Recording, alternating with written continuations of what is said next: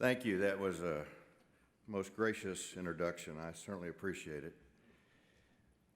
It's an honor to be here at the International Association of Firefighters Annual Legislative Conference. You know, as I stand here and listen to the remarks of your General President, I'm reminded of a comment President Harry S. Truman made one day to his staff when he was having a particularly hard day, and the staff said, "Well, how are you doing?" And he said, "Well, at least I'm not a mayor." I've been asked to speak to various audiences over the past year, primarily due to one of two topics: immigration and how El Paso became to be referred to as Ground Zero by the national media, or August 3rd and our mass shooting, as we just talked about. I'm going to touch briefly on how our firefighters responded to both crises. In 2019, we had 175,000 migrants released through El Paso. Our Office of Emergency Management, operating under the authority and responsibility of our El Paso Fire Department, assisted with the transportation of ill or injured migrants to medical care facilities and coordinated with our nonprofit organizations on their humanitarian needs. Our fire chief even arranged for a larger facility for our primary NGO during this time, the Annunciation House, to house, feed, and clothe immigrants, while the volunteers contacted the sponsors of the migrants to arrange transportation. In October of 2018, Customs and Border Protection notified me, our border sector chief notified me, that they were going to begin OR releases. In the nomenclature, that's own recognizance releases to our streets of families, because their facilities were overwhelmed in the processing. The problem with their facilities is they're antiquated and were designed for single Mexican males coming across. They were never designed for families. Our agreement with CBP was that they would give the city of El Paso a 24-hour notice so we could help process and do what was necessary with the NGOs. However, on December the 23rd of 2018, there was a glitch in the system, and they failed to notify us, and they released a number of migrants at our Greyhound bus station.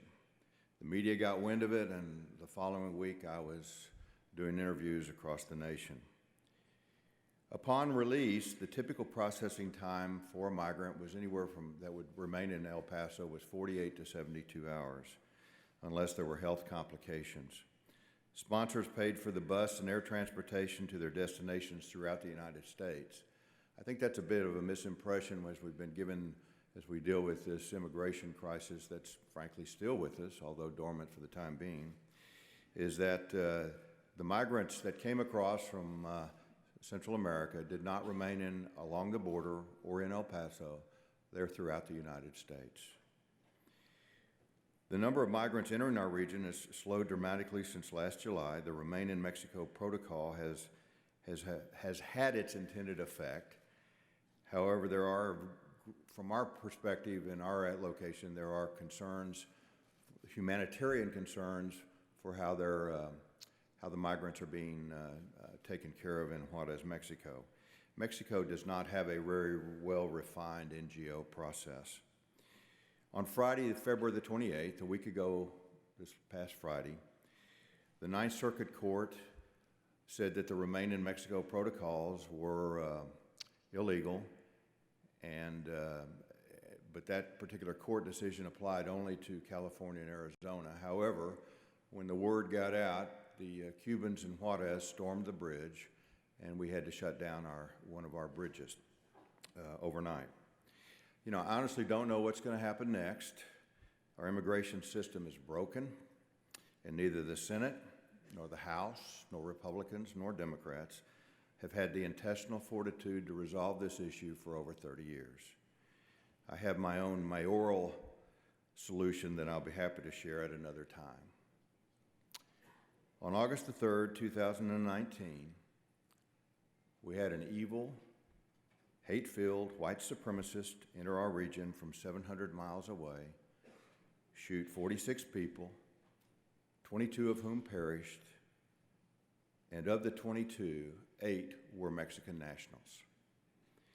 And let me step back and describe our region, as I've learned as a mayor that we are still kind of what I term an unknown jewel.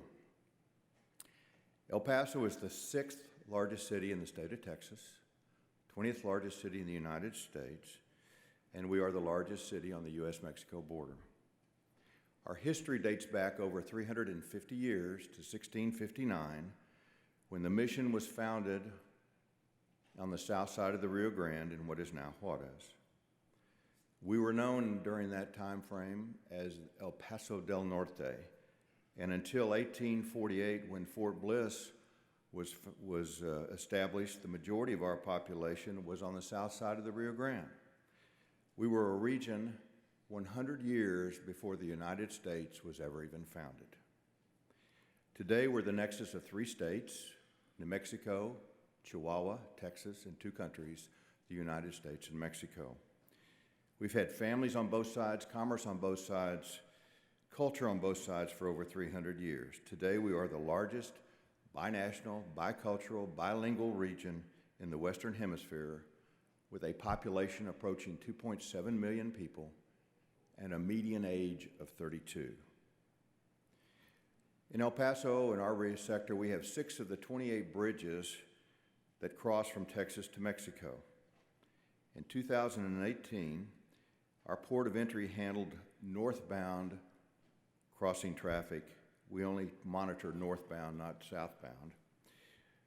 Had northbound border crossing traffic of 811,000 trucks, more than 12 million cars, comprising approximately 22 million passengers, and more than 7 million pedestrians. On a daily basis, that amounts to approximately 22,000 pedestrians coming north legally, 35,000 private passenger vehicles, and 4,000 containers. We had about $82 billion in trade going through our port. In 2018, I don't have 19 numbers yet, but that puts us, we swap between Detroit, number 10 or number 11 every year. So you can understand, given those demographics, how a deranged person targeting Hispanics would come to our region. When the shooting occurred, I was actually in Austin, Texas. I was at a board meeting that ended at 11:30 a.m. that Saturday morning in Austin. That's 10:30 a.m. El Paso time. Right after that meeting ended, I started receiving E911 messages. There was much confusion. The first message I received talked about a shooting, but then it said there were no injuries. And then later on, I got another message that there may be 3 shooters. Confusion rampant. I'm watching television in Austin, and I see El Paso and the Walmart right there on the screen. And I have a flight that's not due to return me to El Paso till 6 p.m. that night. And I said something that I can't repeat publicly, but I said, I got to get back to El Paso. So I got a friend who had access to a plane, fly me back to El Paso. So we're making a mad rush to the airport, and I get a call from Governor Abbott, who's been informed and is on his way to El Paso and wanted to know if I wanted a ride. I said, Governor, I'm already halfway to the airport. I'll just meet you in El Paso. At 10:39 a.m., August the 3rd, the first 911 call came out from the Walmart. At 10:45, police arrived and entered the Walmart without hesitation. A 6-year veteran of the El Paso Police Department and his rookie partner, 1 day off probation. They did not know that the shooter had left, and to me, those 2 were true heroes. At 11:03, the shooter was apprehended by 2 motorcycle police and 2 Texas Rangers. We actually think he just got lost. At 2 p.m., the governor and I were briefed by police, FBI, our fire department, the Department of Public Safety, Customs and Border Protection, and all our agencies met at our 911 Fusion Center. Our Office of Emergency Management, under the authority of our fire department, set up a family reunification center at one of our El Paso Independent School District middle schools. They staffed the center with volunteers from the Red Cross, Medical Examiner's Office, the Consulate of Mexico, Department of Texas Health Services, our fire department, police department, our emergence health network for mental health support, the FBI, Fort Bliss, Salvation Army, and others. Our Office of Emergency Management did a masterful job of organizing and coordinating relief in one of the toughest situations I've personally ever experienced. My El Paso Fire Department is comprised of some of the finest men and women I have ever had the pleasure of knowing. You know, this tragedy will not define El Paso. Yes, as some national media have reminded me, it will be part of our history, but we're going to relegate it to an asterisk footnote as a part of our history. As a part of our ongoing healing, our fire department has helped establish an El Paso United Community Assistance Center, providing similar services as resiliency centers across the country. You know, governments, city, state, and federal, have a tendency to become experts at what I call benign political neglect, or in some cases, it's willful political neglect. And that's the failure to take care of equipment and physical assets as needed.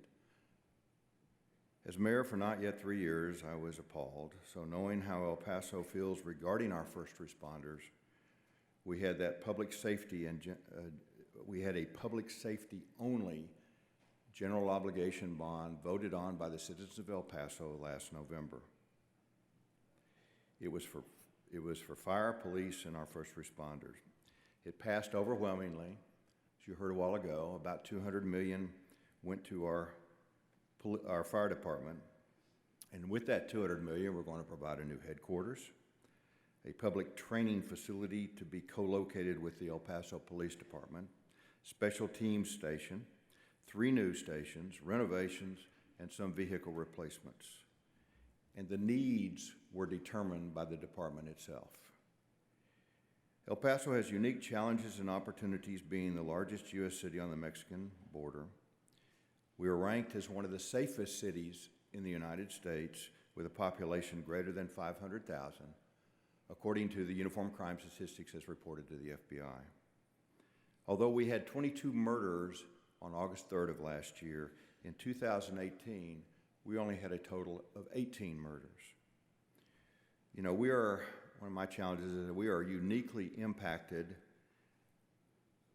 by decisions both in Washington and in Mexico City. Public safety services take up 60% of our city's budget, and I consider it our number one priority. In 2019, my budget for the city of El Paso for our fiscal year is about $121 million for the fire department. And that's about a $12 million increase from our collective bargaining alone. El Paso firefighters have enjoyed collective bargaining agreements in El Paso since 1976. The system has allowed the IAFF to work with the City of El Paso to address important matters such as pay and working conditions by ensuring these topics are covered and important safety issues within the city are also addressed. We support collective bargaining at a national level because it will reinforce what firefighters in our city already have and ensure the benefits extend to well-deserving firefighters across the nation. I support the HERO Act in establishing grants to fund peer counseling for firefighters and emergency responders at the national level. I read the entire act. I'm not quite sure I understand why it hasn't been passed already.